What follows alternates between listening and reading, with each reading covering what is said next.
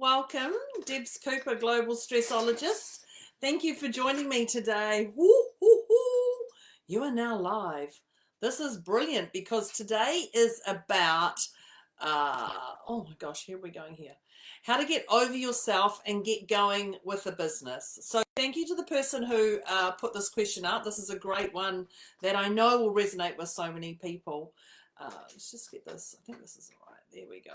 Make sure we've got the angle. I would love to know if you are here live or if you're here watching a replay, and where you are in the world would be fabulous. Wow.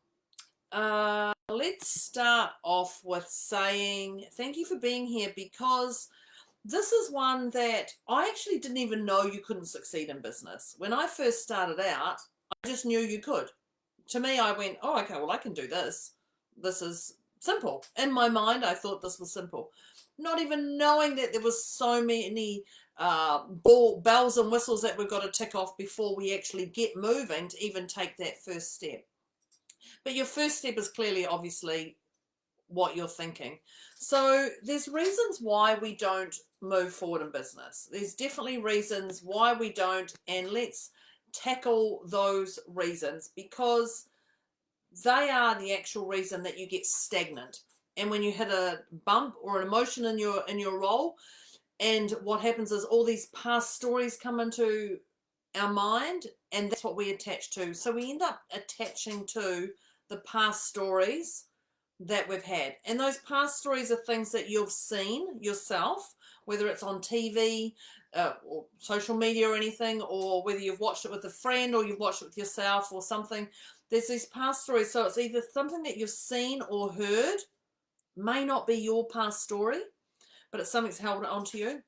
There's your self-belief, which is all around your past stories. So I believed I could do this and I didn't realize I couldn't. We have fears that come up. I'm going to annoy the family. I'm going to take the money out of this account and put it into another. I'm going to be spending more time on my business than on my day job, whatever that is. There's all these little fears that can come up. I'm going to upset the family.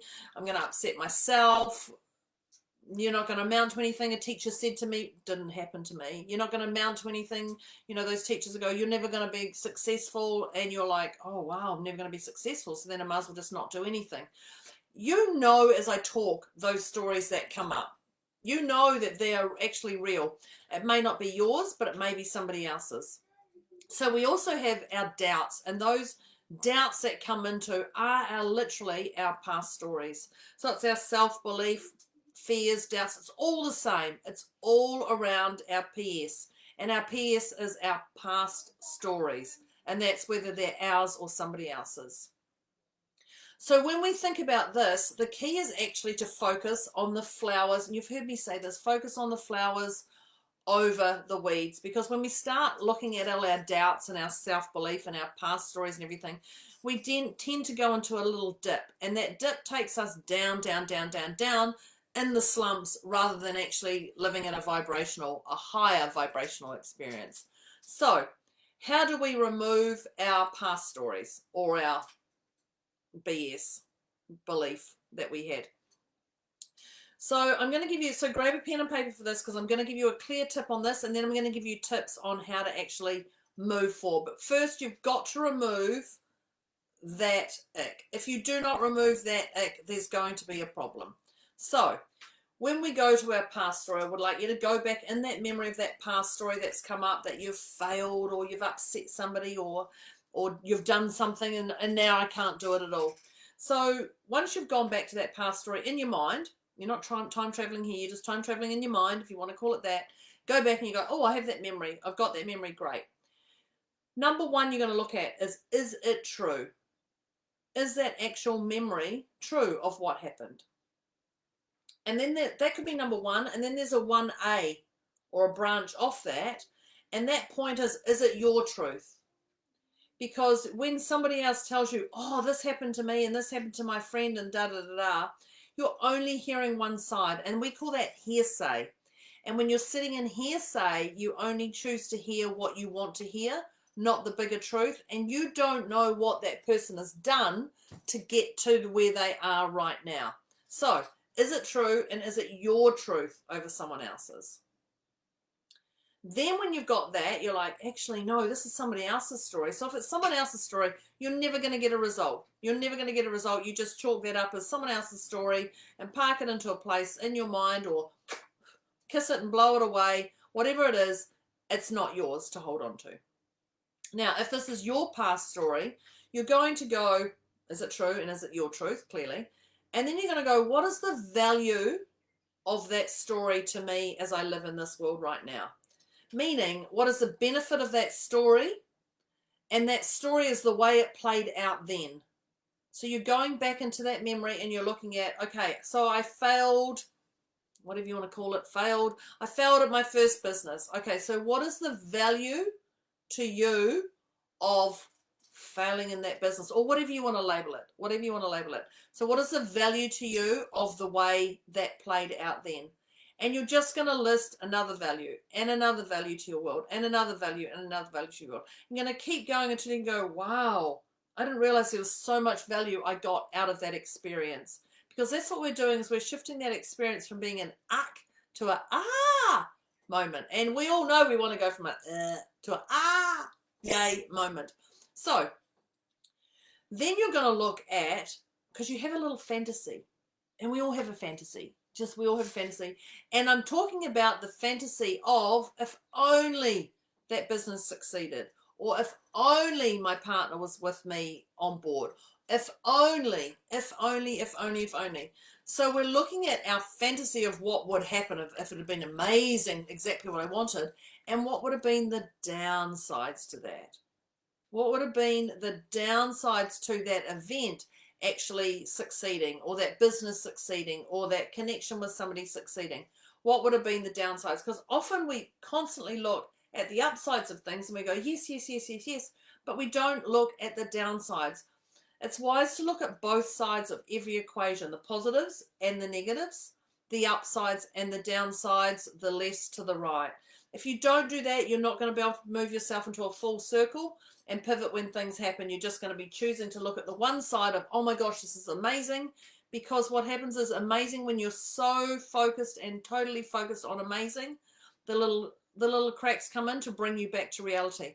Because yes, life is amazing, but we have these little glitches that teach us and educate us to change our mindset around those things. So instead of looking at everything amazing, sit in your heart and just see it as beautiful, divine, love, the balance of the middle. And that's where we're teaching you to go.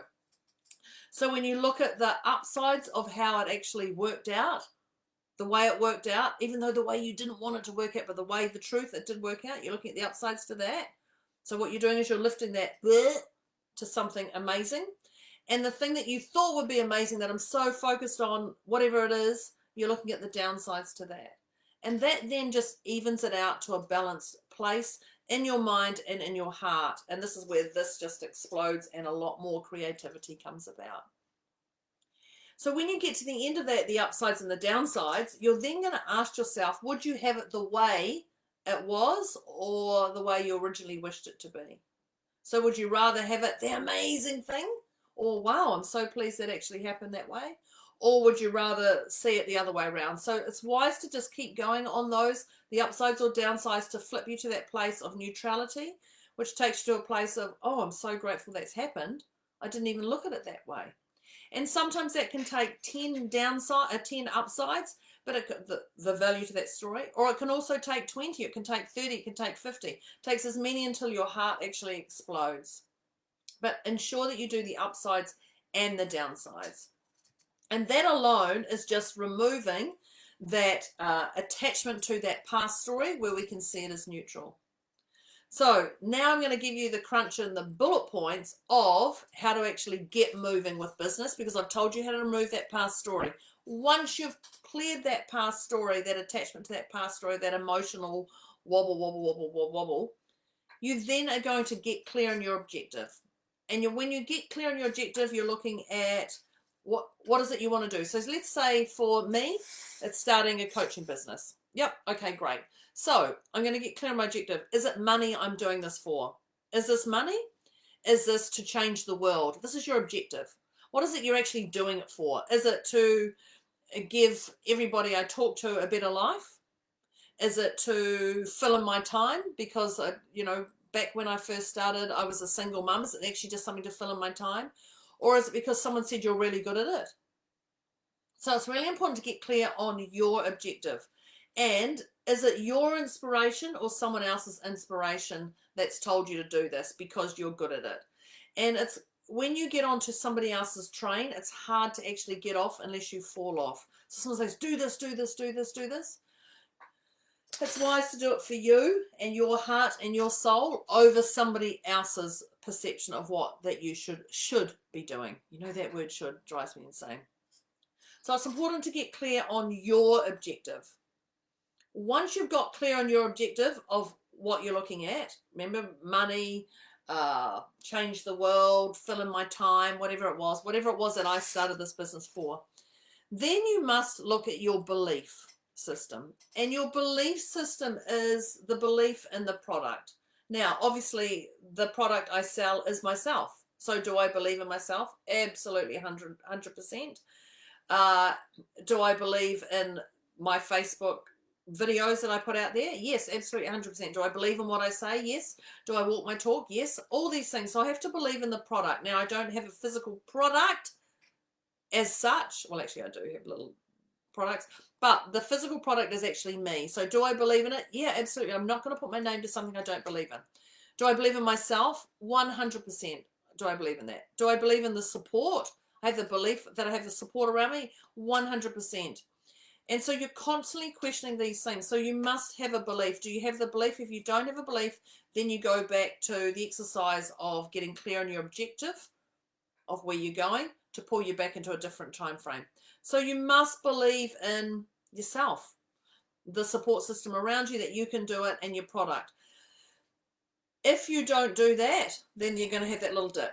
And if you do not do these things, you're just going to dip, dip, dip, dip, dip. So much so that you're actually not going to get moving on it. So the next thing you're going to look at is you're going to talk to somebody. And I'm going to say talk to somebody who's a professional.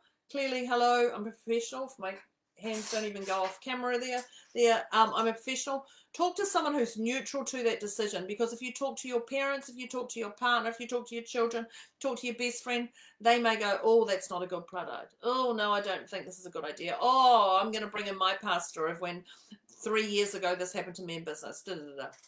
So just be cautious, because when you talk to your parents, if they're in the 80-year-old bracket, my parents aren't, but if they're in the 80-year-old bracket and you're talking to them about running a business that they don't believe in that product, are they your target market? So it's really important to talk to somebody who's a professional who can actually give you some advice.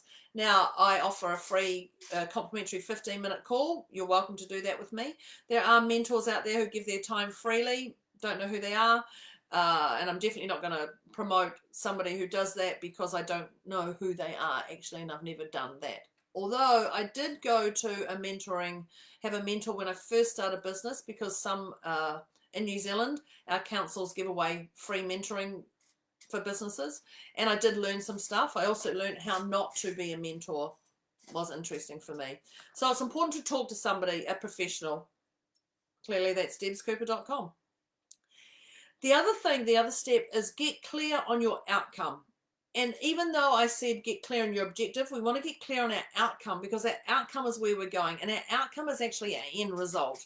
What would you like to do? Would you like to continue working? Like, would I like to continue working up to 105? Absolutely. I'd love to keep doing what I'm doing till I'm 105. Absolutely. So what is my outcome? Do I want to just do it for 5 years? What is my end result? 5 years, sell my business to somebody else? What is it? You must look at your outcome, which is your end result. Because if you don't, you're just sitting on that train with no destination. Then you're going to look at who. And the who is who can help you on that journey. Now, I did talk about a professional, clearly debscooper.com. But is there somebody else that you can talk to who can actually help you? Do you know someone who's looking for admin work? Do you know someone who knows social media? Do you know someone who can help you get that product out there? Do you know someone who can help you manufacture that product? Whatever it is. So you're going to look at who can help you. The other thing I'm going to say is a budget. You must look at your budget. If you're going to start a business with no money, be prepared that you're going to struggle and have that mindset right from the start. So ensure that you have a budget. What is your budget that you're going to take out, and what are you going to have coming in?